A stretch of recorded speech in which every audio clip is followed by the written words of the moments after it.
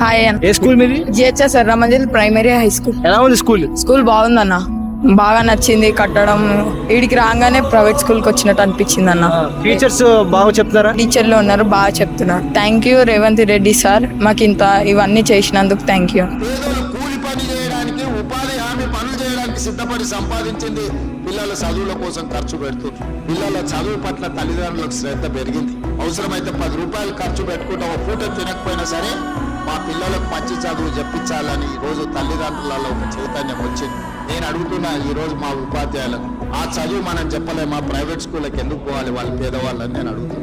మన దగ్గర శక్తి లేదా? మన దగ్గర చిత్తశుద్ధి లేదా?